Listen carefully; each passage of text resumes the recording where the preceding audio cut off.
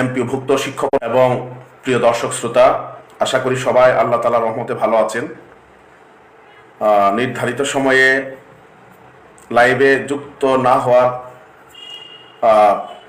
হওয়ার কারণে বা না হতে পারার কারণে প্রথমেই দুঃখ প্রকাশ করছি। আসলে এখন এমন একটা পর্যায়ে এসে দাঁড়িয়েছে, সময় মেনটেন করা খুবই কঠিন হয়ে যাচ্ছে। কোনোভাবেই আসলে যথাসময়ে সব কাজ শুরু করা এবং শেষ করা সম্ভব হচ্ছে না বিভিন্ন রকম ব্যস্ততার কারণে। তো আপনারা সবাই ইতিমধ্যে আপনারা জেনেছেন যে আজকে সোশ্যাল মিডিয়ায় আমাদের যে আগামীকালকের কর্মসূচিটি রয়েছে এটি নিয়ে আমি কথা বলবো। আমরা শহীদ মিনারের আন্দোলনে একটি ঘোষণা দিয়েছিলাম, আপনারা জানেন, আর সেটি হচ্ছে যে আমরা এই সরকারের সময়ে আর্থিক কোনো বড় রকমের আন্দোলনে আর যাব না। আমরা চেষ্টা করেছি এটা রক্ষা করার জন্য, এবং আমরা কিন্তু আসলে আমাদের বাড়ি ভাড়ার প্রজ্ঞাপন হওয়ার পরে আমরা কিন্তু কোনো আন্দোলনে যাইনি, আমরা আমাদের কথা রেখেছি। পে স্কেলের যে আন্দোলনটি, এটা মূলত প্রথম স্টেক হোল্ডার সরকারি কর্মকর্তা কর্মচারীরা, আমরা সেকেন্ড স্টেক হোল্ডার। আমরা এটা পাচ্ছি স্বাধীনতার পর থেকে যত পে স্কেল হয়েছে আমরা সকল পে স্কেলের অন্তর্ভুক্ত হয়েছি, এবং জাতীয় পে স্কেল অনুসারে আমরা আমাদের যে সুযোগ সুবিধাগুলো আমরা পেয়ে থাকি। তো আমরা বলেছিলাম যে সরকারি কর্মচারী যারা প্রথম স্টেক হোল্ডার, তারা যদি কোনো কর্মসূচি দেয় তাহলে আমরা তাদের এই কর্মসূচির সাথে একাত্মতা ঘোষণা করে আমরা মাঠের কর্মসূচি ঘোষণা করব।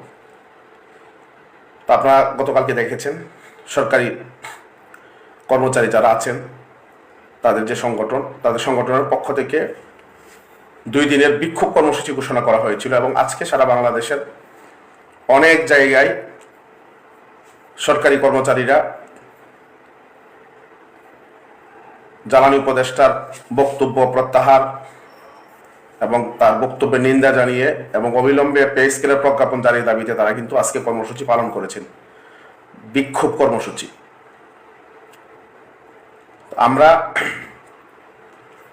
তাদের এই কর্মসূচির সাথে একাত্মতা ঘোষণা করে জাতীয়করণ প্রত্যাশী জোটের সংগঠনগুলোর সভাপতি এবং সেক্রেটারিদেরকে নিয়ে গতকালকে রাতে আমরা মিটিং করেছি।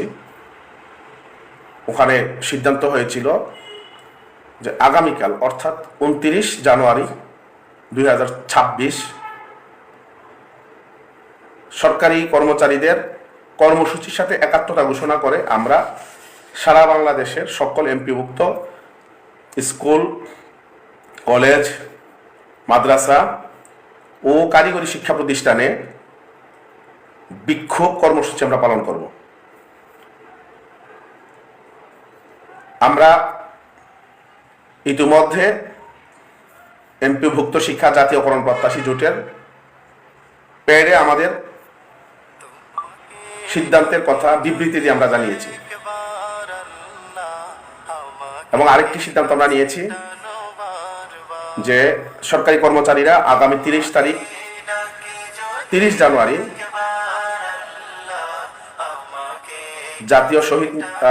জাতীয় প্রেস ক্লাবে তারা ইতিমধ্যে সিদ্ধান্ত নিয়েছেন যে তারা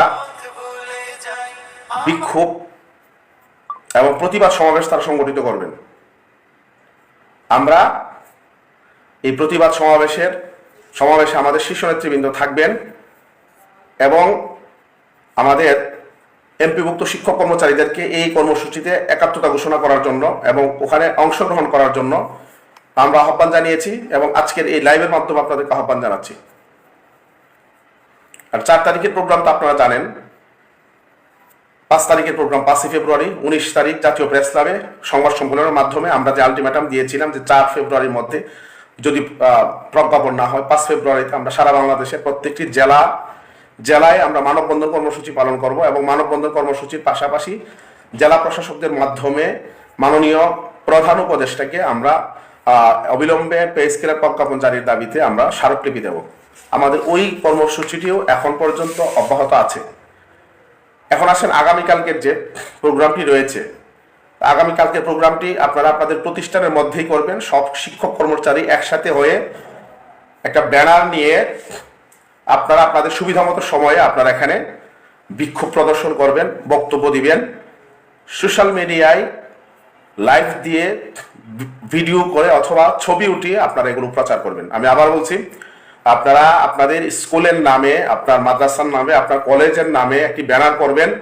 অলরেডি ব্যানারের নমুনা আমি আমার পেজে শেয়ার করেছি, আপনারা ওখান থেকে সেই নমুনা অনুযায়ী, এবং ওই নমুনা আমি কয়েকটি কারেকশন দিয়েছি, সেই অনুযায়ী আপনারা একটি ব্যানার তৈরি করবেন। ব্যানার তৈরি করে সকল শিক্ষক কর্মচারী একসাথে হয়ে আপনারা ওখানে আপনারা বিক্ষোভ প্রদর্শন করবেন, বক্তব্য দিবেন, এবং এগুলো লাইভের মাধ্যমে, ভিডিওর মাধ্যমে ছবি উঠিয়ে এগুলো সোশ্যাল মিডিয়ায় সবাই প্রচার করবেন।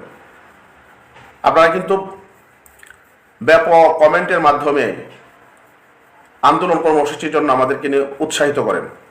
আগামীকালকে আপনাদের এই কর্মসূচিতে অংশগ্রহণ প্রমাণ করবে যে আপনারা আপনাদের এই দাবির প্রতি কতটুকু আপনারা ডেডিকেটেড, আপনারা আপনাদের এই দাবির প্রতি কতটুকু দৃঢ়, আপনারা আপনাদের এই দাবির প্রতি কতটুকু অনড়, এটা কিন্তু আগামীকালকে প্রমাণ পাওয়া যাবে। তো আপনারা যদি এই দাবির প্রতি দৃঢ়তা দেখাতে পারেন, অনড় অবস্থান তৈরি করতে পারেন, তাহলে আগামী দিনে আন্দোলন কর্মসূচি পালন করা আমাদের জন্য সহজ হবে এবং আমরা অনুপ্রাণিত হব আরো কঠোর থেকে কঠোরতর কর্মসূচি ঘোষণা করার জন্য। আর যদি আপনাদের স্বতঃস্ফূর্ত অংশগ্রহণ যদি আমরা আগামীকালকে না দেখি, সারা বাংলাদেশের প্রত্যেকটি শিক্ষা প্রতিষ্ঠানে যদি আমাদের এই কর্মসূচি পালন না হয়, তাহলে আমরা মনে করব যে আপনারা আপনাদের দাবির প্রতি অনন্য না, দৃঢ় না। তাহলে আমরা হয়তো আমাদের এই কর্মসূচির পরে নতুন কর্মসূচিতে আরো কঠোরভাবে আমরা নিজেদেরকে নিয়োজিত করতে পারবো না। এই জন্য আমি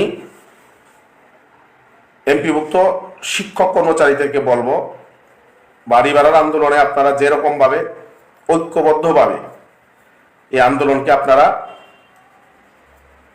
সফল করেছেন, আগামীকালকে ঐক্যবদ্ধভাবে টেকনাফ থেকে তেতুলিয়া, রূপসা থেকে পাতুরিয়া, সুন্দরবন থেকে বান্দরবন, সারা বাংলাদেশের প্রত্যেকটি শিক্ষা প্রতিষ্ঠানে আপনারা আগামীকালকে বিক্ষোভ প্রদর্শনের মাধ্যমে এই দাবির দৃঢ়তা আপনারা প্রমাণ করবেন যে এই দাবি আমাদের পূরণ করতেই হবে। আর এই দাবি পূরণ না হলে আগামী দিনে আন্দোলন কঠোর থেকে কঠোর হবে। আগামী দিনে আন্দোলন দাবানলের মতো সারা বাংলাদেশে ছড়িয়ে পড়বে, যা সরকারের পক্ষে নিয়ন্ত্রণ করা কোনোভাবেই সম্ভব হবে না। এটা আমাদেরকে কালকের প্রোগ্রামের মাধ্যমে আমাদেরকে প্রমাণ দিতে হবে। মর্নিং শোজ দ্য ডে, দিন কেমন হবে সকালেই বলে দিই, আমাদের আন্দোলন কেমন হবে, আমরা আসলে কতটুকু আমাদের এই দাবির ব্যাপারে অনড় দৃঢ়, এটা আগামীকালকের আন্দোলন প্রমাণ করবে। ব্যানার যদি কোনো কারণে কেউ ব্যানার করতে না পারেন, আমি আবার বলছি, যদি কোনো কারণে আপনি ব্যানার করতে না পারেন, তাহলে আপনাদের প্রতিষ্ঠানের, যেখানে আপনার প্রতিষ্ঠানের নাম দেখা যায় বিল্ডিং এর মধ্যে, এমন জায়গা দাঁড়িয়ে অথবা প্রতিষ্ঠানের গেটের সামনে দাঁড়িয়ে, যাতে প্রতিষ্ঠানটা দেখা যায়, আপনারা ওখানে দাঁড়িয়ে আপনাদের বক্তব্যগুলো দিয়ে আপনারা সোশ্যাল মিডিয়ায় পোস্ট করবেন। আমি আবার বলছি, যদি কোনো কারণে ব্যানার করা সম্ভব না হয়, প্রতিষ্ঠানের নাম দেখা যায় এমন জায়গায় দাঁড়িয়ে আপনারা আপনাদের এই প্রোগ্রামটি করবেন, যাতে সরকারের কাছে মেসেজ যায় যে সারা বাংলাদেশের সকল এমপিভুক্ত শিক্ষক কর্মচারী জেগে উঠেছে এবং বাংলাদেশের সকল এমপিভুক্ত শিক্ষা প্রতিষ্ঠানে এই কর্মসূচি পালিত হয়েছে। এর মাধ্যমে সরকারের কাছে যদি আমরা শক্ত মেসেজ দিতে পারি, তাহলে আমরা আশা করি সরকার এই ব্যাপারে নমনীয় হবে এবং আমাদের দৃঢ়তার কারণে হয়তোবা আমাদের জ্বালানি উপদেষ্টার বক্তব্য ভুল প্রমাণিত হতে পারে। এই জন্য আপনারা আগামীকালকের প্রোগ্রামটি অবশ্যই অবশ্যই, আমি আবার বলছি, অবশ্যই অবশ্যই আপনারা এটা করবেন। আপনারা প্রথমেই প্রতিষ্ঠানে গিয়ে আপনাদের উপস্থিতি যে খাতা আছে, হাজিরা খাতায় আপনারা স্বাক্ষর করবেন। স্বাক্ষর অ্যাসেম্বলি শেষ করে তারপর আপনারা বিক্ষোভটা করবেন। বিক্ষোভ সমাবেশ করে আপনারা আপনাদের স্বাভাবিক শ্রেণী কার্যক্রমে আবার অংশগ্রহণ করবেন। আমরা এখানে সর্বোচ্চ আধা ঘন্টা থেকে 1 ঘন্টা সময় নিতে পারি, আমরা এর বেশি নেওয়ার দরকার নেই। আধা ঘন্টা থেকে 1 ঘন্টা এটা আপনারা আপনাদের মতো করে নেবেন। অ্যাসেম্বলির পরে আপনারা এই প্রোগ্রামটি করবেন। প্রোগ্রাম করে আবার আমরা স্বাভাবিকভাবে আমাদের শ্রেণী কার্যক্রমে আমরা ফিরে যাব। তো এটা একটা বড় মেসেজ হতে পারে। আর এখানে যেহেতু প্রাইমারির আপনার ইতিমধ্যে প্রাইমারি এখানে যুক্ত হয়েছে, সরকারি কর্মচারীরা যুক্ত হয়েছে, আমরা এমপিভুক্ত শিক্ষক কর্মচারীরা যুক্ত হচ্ছি। সুতরাং এটা একটা বড় রকমের মানে আন্দোলনের রূপ নেবে, এটা নিশ্চিত, এবং একটা বড় রকমের সরকারকে এটা নাড়া দেবে আমরা জানি। ইতিমধ্যে আমাদের কর্মসূচির ব্যাপারে দৈনিক শিক্ষা, ডেইলি ক্যাম্পাস, নিউজ 24 সহ বিভিন্ন অনলাইন পোর্টালে আমাদের নিউজ এটা নিয়ে নিউজ হয়েছে এবং ইতিমধ্যে সবার কাছে এটা চলে গিয়েছে। আমি সকল গ্রুপে আমাদের যে নোটিশটি আছে আমরা এটা শেয়ার করেছি, এবং আমাদের যে প্রেস ক্লাবের শহীদ মিনার আন্দোলনের যে সাংবাদিক গ্রুপ ছিল, এখানে 50 জন সাংবাদিক ছিল, আমরা সবার কাছে আমরা এটা দিয়েছি। আমরা যদি ব্যাপকভাবে এটা পালন করতে পারি, আগামীকালকে মিডিয়া কভারেজও আমাদের বিষয়টা নিয়ে হবে ইনশাল্লাহ, আমরা আশা করি। তো আপনারা সত্যিকার অর্থে যদি মনে করেন যে হ্যাঁ আমরা পে স্কেলের মানে আমরা প্রজ্ঞাপন চাই, তাহলে আপনার এই প্রোগ্রামটি অবশ্যই অবশ্যই অবশ্যই পালন করবেন। আগামী দিনেও কর্মচারীদের পক্ষ থেকে যে কর্মসূচি ঘোষণা করা হবে এগুলোর সাথে আমরা একাত্মতা ঘোষণা করব, এবং আপনারা শহীদ মিনার প্রেস ক্লাবের যে আন্দোলনটি যে ইয়েটি হবে প্রতিবাদ সমাবেশ, ওখানে আপনারা অংশগ্রহণ করবেন, যাদের পক্ষে সম্ভব আপনারা চেষ্টা করবেন ওখানে অংশগ্রহণ করার জন্য। পে স্কেলের যে বিষয়টা, এটা শুধু এমপিভুক্ত শিক্ষকদের না, এটা এমপিভুক্ত শিক্ষক, এটা প্রাইমারি শিক্ষক, বিশ্ববিদ্যালয়ের শিক্ষক, এটি সরকারি কর্মকর্তা কর্মচারী, এটি স্বায়ত্তশাসিত প্রতিষ্ঠান, আধা সরকারি প্রতিষ্ঠান, ডিফেন্সে যারা আছেন সবার জন্য এটা প্রযোজ্য। সুতরাং এই কর্মসূচির প্রতি বাংলাদেশে যারা কর্মচারী আছেন, অর্থাৎ পে স্কেলের স্টেক হোল্ডার যারা আছেন, সবার একটা সিম্পিতি কাজ করছে, সবাই চাচ্ছে এই কর্মসূচিটা ভালোভাবে হোক। আমাকে বিভিন্নভাবে বিভিন্ন জায়গা থেকে অনুরোধ করছে যাতে ওনাদের পক্ষে আমরা দাঁড়াই। আমরা যেহেতু বৈষম্য নিয়ে কথা বলি, দেখেন আপনারা এই যে দ্রব্যের মূল্যগুলো বারবার বেড়েছে, বিশেষ করে এই পে স্কেল দীর্ঘ সময় মিডিয়াতে নিউজ হওয়ার কারণে বেতন বাড়ছে এত পার্সেন্ট, অমুকের বাড়ছে এত পার্সেন্ট, 100%, 500%, এই যে লেখালেখির কারণে অসাধু ব্যবসায়ীরা ইতিমধ্যে কয়েক দফা পণ্যের মূল্য কিন্তু বাড়িয়েছে। এখন এটা যদি মনে করেন পে স্কেলটা যদি না হয়, তাহলে যারা মনে করেন নিচের স্কেলে চাকরি করে এই মানুষগুলো জীবনযাপন অত্যন্ত কঠিন হয়ে যাবে, বিশেষ করে যারা সৎভাবে জীবনযাপন করেন। আমি আবার বলছি, যারা সৎভাবে জীবনযাপন করেন এই সমস্ত কর্মচারীদের জন্য জীবনযাপন অনেক কঠিন হয়ে যাবে। দেখেন আমরা যারা উপর স্কেলে চাকরি করি, আমরা যেখানে বাজার করি, যারা আপনার মনে করেন 20তম গ্রেডে 19তম গ্রেডে চাকরি করে, তারাও তো ওখান থেকে বাজার করতে হয়। তো একেবারে প্রথম গ্রেডের সাথে 20তম গ্রেডের কত পার্থক্য! এত অল্প টাকা দিয়ে আসলে সৎভাবে জীবনযাপন করা আসলে কোনোভাবে সম্ভব না। এবং 4th ক্লাস এমপ্লয়ি যারা আছে মনে করেন 20 গ্রেডে, তাদের তো দুর্নীতিরও কোনো সুযোগ থাকে না। যারা আপনার অফিস সহকারী থাকে অনেকে হয়তো অনেক ইয়ে করে, কিন্তু যারা পিয়ন এরা তো দুর্নীতির সুযোগ পায় না। তারা পিয়নকে টাকা দিবে কে? দুর্নীতির আসলে তাদের কোনো রকম সুযোগ থাকে না।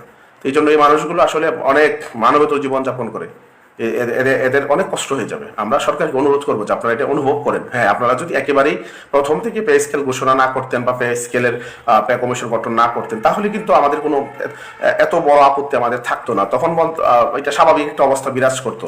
কিন্তু এখন আপনার এই পণ্যের মূল্য কয়েক দফা বৃদ্ধির ফলে এখন যদি এটা আপনারা না করেন, তাহলে কিন্তু তাদের কষ্ট হয়ে যাবে।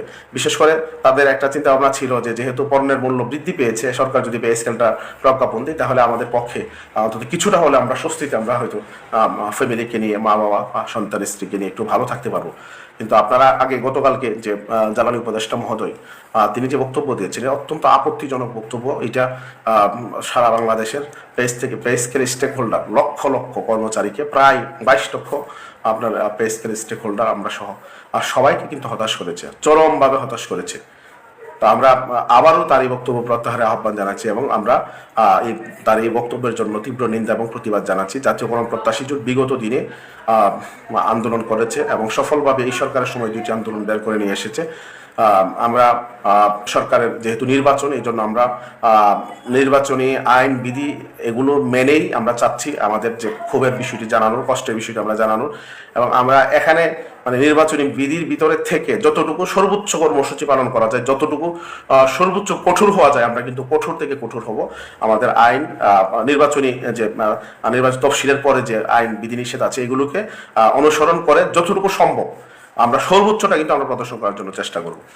এই জন্য আপনাদেরকে বলবো যে আগামীকালকের প্রোগ্রামটি যেহেতু আমাদের শিক্ষা প্রতিষ্ঠানে প্রত্যেক শিক্ষক কর্মচারী এখানে অংশগ্রহণ করবেন। দেখেন বিগত আন্দোলনে অনেকে আছেন যারা একদিনও আসলে শহীদ মিনারে যাননি, অনেকে আছেন আমাদের আন্দোলনের সমালোচনা করেছেন, অনেকে আছেন বিরোধিতা করেছেন, কিন্তু আপনি তখন এটা খাচ্ছেন, এটা কিন্তু ভোগ করতেছেন আপনি। আপনার বিবেক নিশ্চয় প্রতিনিয়ত আপনাকে দংশন করে। আমি বিশ্বাস করি যদি আপনার বিবেক থাকে, আপনার মধ্যে যদি মানবতাবোধ থাকে, আপনি যদি মানুষ হন, আপনার বিবেক দংশন করবে। আর যদি আপনি অমানুষের কাতারে থাকেন, তাহলে আপনার বিবেক দংশন করবেন। তো আপনাদেরকে বলবো, যেহেতু বিগত সময়ে আপনারা যারা অংশগ্রহণ করেছেন আপনাদেরকে ধন্যবাদ জানাই, যারা অংশগ্রহণ করেননি আপনারা আরো বেশি উৎসাহ উদ্দীপনা নিয়ে অংশগ্রহণ করেন আগামীকালকের আন্দোলনে।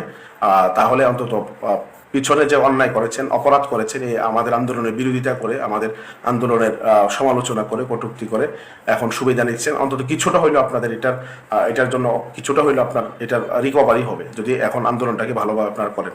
আমি আজকের আমার এই যে লাইভটির অত্যন্ত একটি গুরুত্বপূর্ণ লাইভ, যারা দেখছেন আমি সবাইকে বলবো প্রত্যেকে আপনারা এটাকে শেয়ার করবেন নিজের টাইমলাইন এবং বিভিন্ন গ্রুপে আপনারা ছড়িয়ে দিবেন আগামীকালকে কর্মসূচিটা শিক্ষক কর্মচারীরা কীভাবে পালন করবে।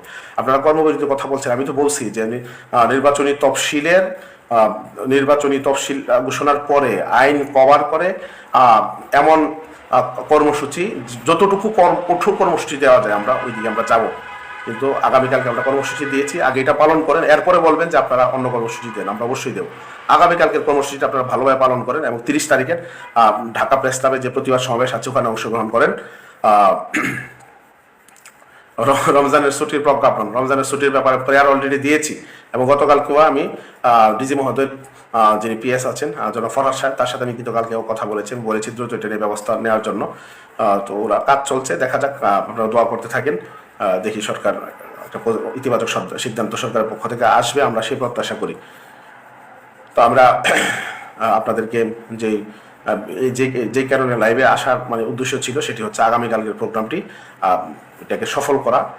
আপনারা আমি এই ক্ষেত্রে সহযোগিতা চাই প্রতিষ্ঠান প্রধান যারা আছেন তাদের, কারণ ওনাদের অবশ্যই আপনার অনুমতি লাগবে, ওনাদের অনুমতি ছাড়া তো প্রোগ্রাম করা যাবে না। কোথাও যদি প্রতিষ্ঠান প্রধান যদি বাধা দেয়, তাহলে যদি বিরোধিতা করে, তাহলে আপনারা সবাই মিলে আপনারা তাকে বোঝানোর চেষ্টা করবেন। যদি বোঝানো না দেয়, উনি যদি না বুঝে, তাহলে তাকে বাধ্য করবেন যাতে তিনি আপনারা সবাই মিলে তাকে বাধ্য করবেন এই কর্মসূচি পালনের জন্য। প্রয়োজনে যদি উনি বিরোধিতা করেন, প্রয়োজনে ওনাকে বাদ দিয়ে হলে আপনার কর্মসূচি পালন করবেন।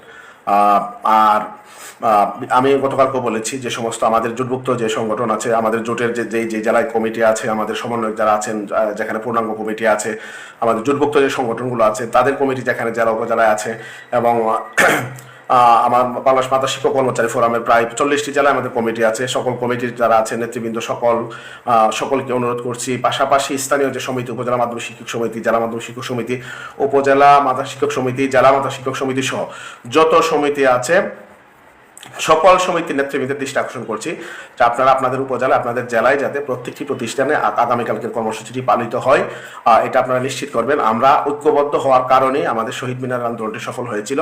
আমরা যদি এখানে ঐক্যবদ্ধ থাকি, তাহলে সরকারের কাছে একটা কঠোর মেসেজ আগামীকালকে যাবে ইনশাল্লাহ।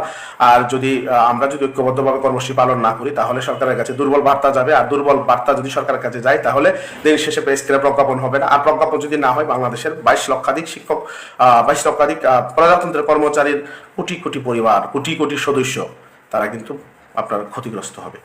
এত মানুষের যদি পক্ষে কথা বলেন এবং এত মানুষ যদি উপকৃত হয়, নিঃসন্দেহে তাদের দোয়াগুলো আপনাকে ছুঁয়ে যাবে, আমাকে ছুঁয়ে যাবে। সেই আশাবাদ ব্যক্ত করে, সকলের সুস্বাস্থ্য কামনা করে আগামী দিনের কর্মসূচি সারা বাংলাদেশের প্রত্যেকটি এমপিভুক্ত শিক্ষা প্রতিষ্ঠানে পালিত হবে, সেই আশাবাদ ব্যক্ত করে, সকলের সুস্বাস্থ্য কামনা করে আপনাদের